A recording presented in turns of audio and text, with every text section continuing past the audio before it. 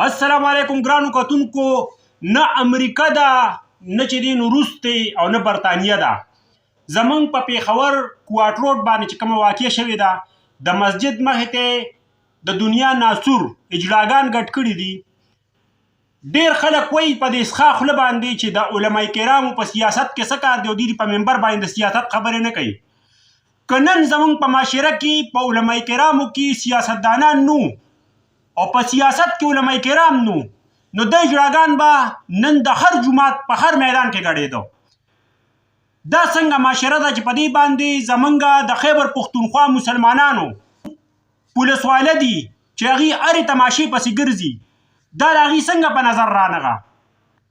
دا کوم سازش د اسلام خلاف روان دی چې د مسجد د سیخن کې چې دی نو اجلاګان ګډېږي.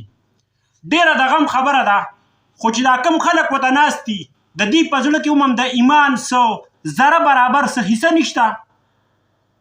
دا زمونږ دا څنګه مسلمانان دي چې د مسجد په سیخن کې د اجلاګان ګډېږي خو په هغوی باندې څه پابندي نشته.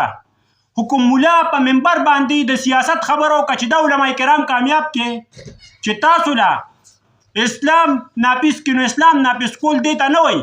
اسلام ناپیس کول دې ته وایي چې تا ته دا وښیي چې ستا اجلاګان په جومات کې ولې ګډېږي، ستا په مسجد کې زناګانې ولې کېږي، ستا په مسجد کې شرابونه ولې څښلي کېږي. په دې تماشه کې به ډېرو خلکو هم په دغې مسجد په سیخن کې به چرس څښلي، شراب به یې څښلي. خو نه، زمونږ قانون زمونږ ادارې غلي دي، د دې خلاف دې بھرپور ایکشن واخیستی شي. دا زمونږ په مسلمانۍ او زمونږ د الله د کور د مسجد بې حرمتي شوې ده. په دې پسې یو خندا شوې ده. خو ټولو خلکو ته وایم چې علما کرام د خپل ځانونو مشران جوړ کړئ چې دا قسمه واقع نه کېږي. زه خو وایم چې دغلته را ځمکه ولې نه ده شلېدلې او دا خلک پکې ولې نه دي وردننه شوي. افسوس مقام دی چې زمونږ مسلمانان دا کار کوي. موږ به د امریکې نه څه ګیله وکړو، موږ به د روس نه څه ګیله وکړو، موږ به د برطانیې نه څه ګیله وکړو، موږ به د انګریزانو نه څه ګیله وکړو چې زمونږ پښتانه د پیښور چې بریتونه تاوی چې موږ مسلمانان یو هغوی دا کارونه کوي. موږ به د غیر دین نه سم ګیله وکړو.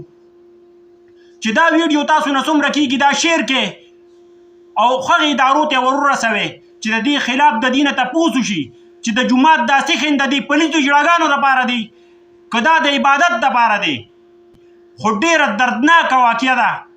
نو دا ور ورسوئ هغه ادارو ته چې د دې تپوس وشي، د دې پوښتنه وشي.